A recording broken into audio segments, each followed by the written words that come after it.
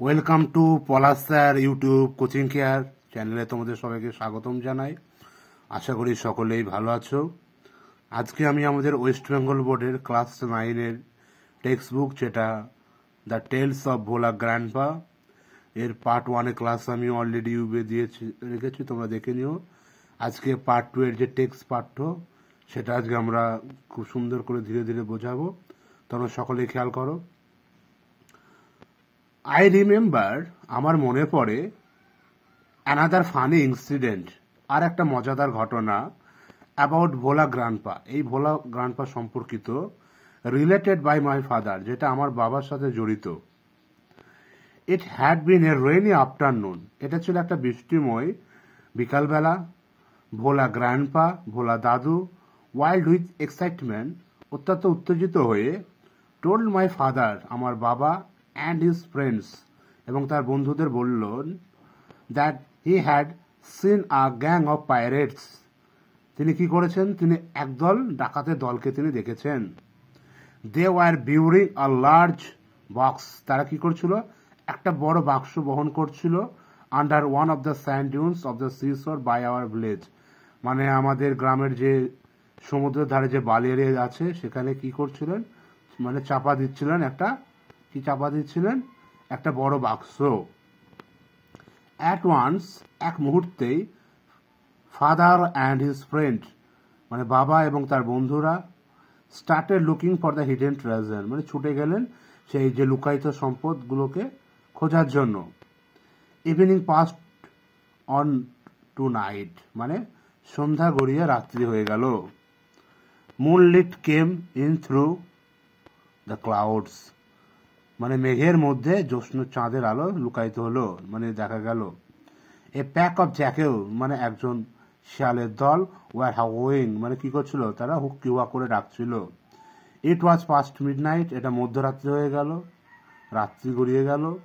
At this point of time, ঠিক এই সময়ে, ভোলা গ্র্যান্ডফা কনফেসড, ভোলা দাদু স্বীকার করলেন, that there was no real treasure, মানে এটা কোনো প্রকৃত সম্পদ ছিল না। ইট ওয়াজ অল আ ড্রিম, এটা ছিল সবটা একটা স্বপ্ন, which he had during his mid day nap, মানে সে দুপুরবেলায় ঘুমানোর সময় তিনি যেটা দেখেছিলেন স্বপ্ন, সেই কথাটাই তিনি বললেন। তাহলে দেখো কি মজাদার ঘটনা, তাই না?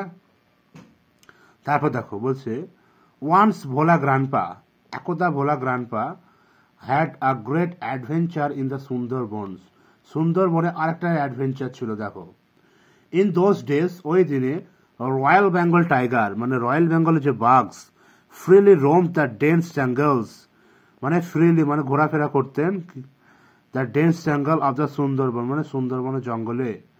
পিপুল টুক কেয়ার, লোকজন কি করতেন, যত্নশীল ছিলেন, to move about only in groups, particularly after sundown, মানে সকলেই কিন্তু দলবদ্ধভাবে যেতেন, বিশেষ করে যখন সূর্যাস্ত হতো ঠিক সেই সময়ই। অন ইভিনিং, সন্ধ্যার সময়, Bhola grandpa was returning, Bhola grandpa ফিরছিলেন, ফ্রম দ্য উইকলি মার্কেট, মানে সাপ্তাহিক বাজার করে। সাডেনলি, হঠাৎ করে, অ্যাট আ ডিস্টেন্স, একটু দূরত্বে, of about a 5 yards behind him, মানে 5 গজ দূরে, he heard a howl of royal Bengal tiger, তিনি একটা রয়্যাল বেঙ্গল বাঘের আওয়াজ শুনতে পেলেন। আমরা জানি যে রয়্যাল বেঙ্গল টাইগার সুন্দরবনের জন্য বিখ্যাত।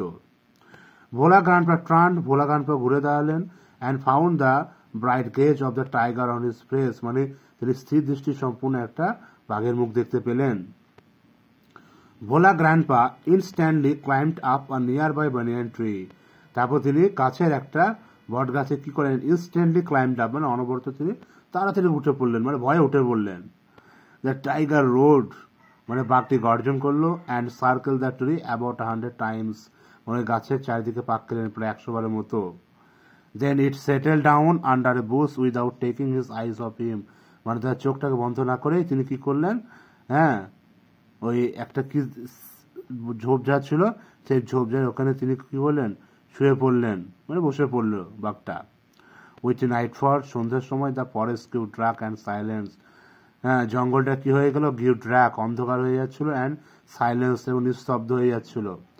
ভোলা grandpa could hear the tiger beating is tails on the dry lips, মানে ভোলা গ্র্যান্ডপা শুনতে পেলেন যে বাঘটা কি করেছিল, বিটিং ইজ টেলস, তার নেজটাকে লাড়াচ্ছে, অন দ্য ড্রাই লিপ, মানে শুকনো পাতা আসতে, মানে আওয়াজ হচ্ছিল অ্যাকচুয়ালি।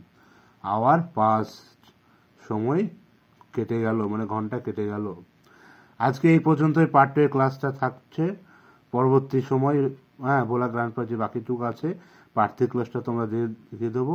তোমরা এখান থেকে ইম্পর্টেন্ট ওয়ার্ড মিনিংগুলো অবশ্যই পড়বে। আর কোন কোন ওয়ার্ড মিনিংগুলো এখানে তোমাদের জানা নেই সেই ওয়ার্ড মিনিংগুলো অবশ্যই আমার কমেন্ট বক্সে তোমরা অবশ্যই কমেন্ট করবে। আজ এই পর্যন্তই থাক, পরে ক্লাসটা নেক্সট ভিডিওতে দেখা হবে।